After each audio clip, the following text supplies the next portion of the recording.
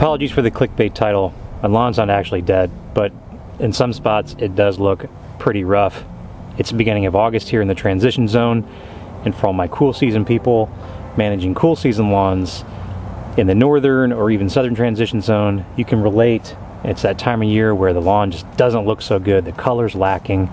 I've got some heat stress, maybe some summer patch or disease issues going on in certain parts of the lawn, and it just doesn't really look its best. We're just kind of holding on to our bootstraps until September comes, and that's really all you can do.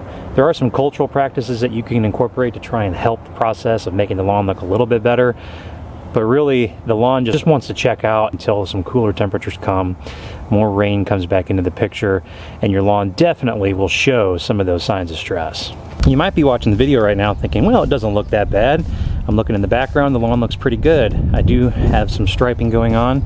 The color is not really where I want it, and just a few weeks ago, around the 4th of July, the lawn was looking fantastic. Since then, in the last 3 or 4 weeks, it has really taken a big decline in the color. Around the 4th of July, it had fantastic color. It was striping really well. It was very thick. It looked really healthy.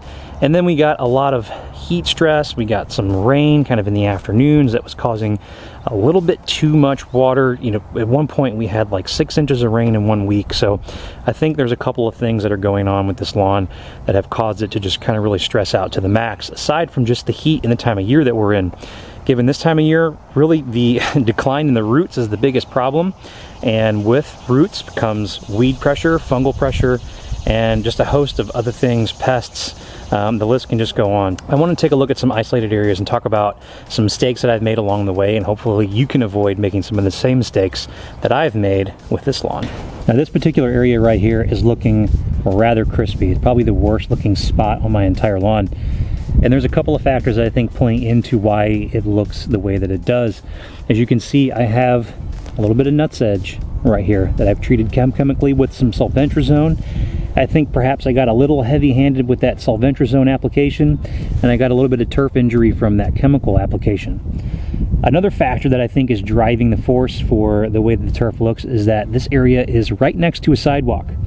I actually took a barbecue thermometer and stuck it in the ground just to see what my soil temperatures were along the sidewalks.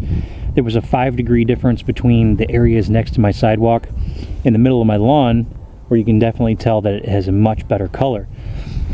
Now when I stuck the thermometer down into the lawn, I got a reading of 95 degrees at about a 2.5 to 3 inch depth. That is incredibly hot. Way too hot for a cool season lawn to really not want to check out and almost die.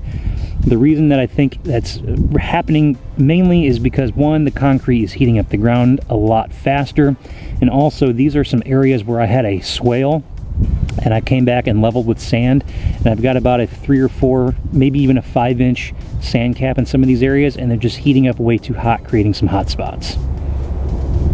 My other issue are these areas right here. You can see, if that camera will focus on it, these kind of circle spots that at one point they kind of had a golden sort of color to it.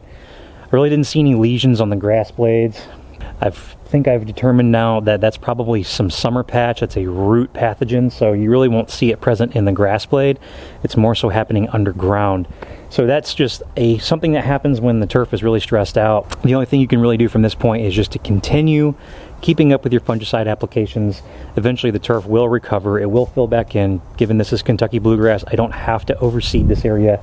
I'm just going to continue to kind of nurse it back to health. When the temperatures come down and they're conducive to the grass growing more vigorously again, we get a better root structure, it's going to come back. And then the third issue that I have going on, which is actually a little bit frustrating just because it's something that is inside of my control. For those of us that have irrigation, it's something that you can control a bit more easily. If you don't have irrigation, probably this is a part of the lawn season, cool season transition zone folks looking at you, that you just kind of have to accept, and that is dormancy. And if you can see, I have some areas here where the property line doesn't quite match up with where my sprinklers are located, and those areas are just going to go dormant no matter how much you come out and try to hand water those. Sprinkler systems, hand watering, nothing is quite as nourishing and even of a watering as the rain. And once the rains come back, once those temperatures come down, like I mentioned, those areas will start to come back. Well, dormant grass looks dead, it looks awful.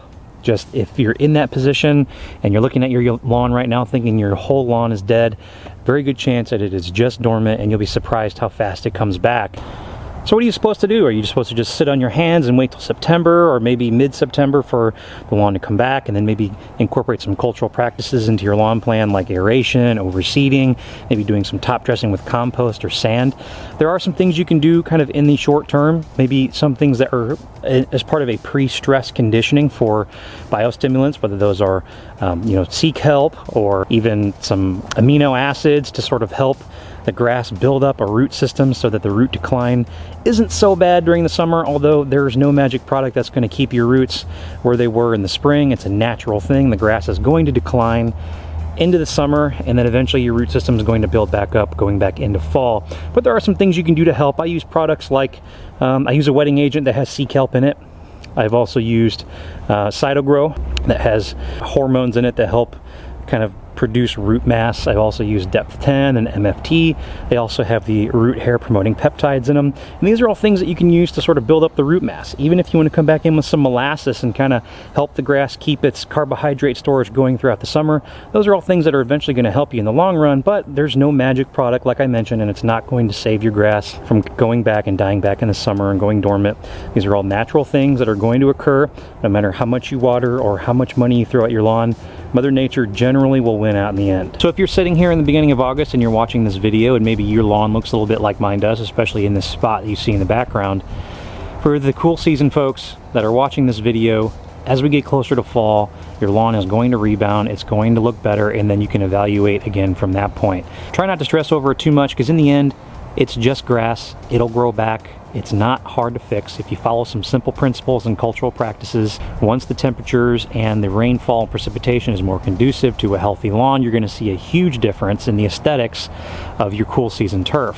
And at that point, you can make some judgment calls on what you want to do as far as cultural practices. If you want to come in and do an aeration and overseed, or whatever the case may be, that's a good time to go ahead and make plans to begin prepping for those steps in your lawn plan. That's going to do it for today. Hope you guys liked the video. Hope you took some valuable information from the content here. If you did, go ahead and hit the like button. Don't forget to subscribe to the channel. Leave me some comments down in the comment section, and hopefully I'll see you in the next one.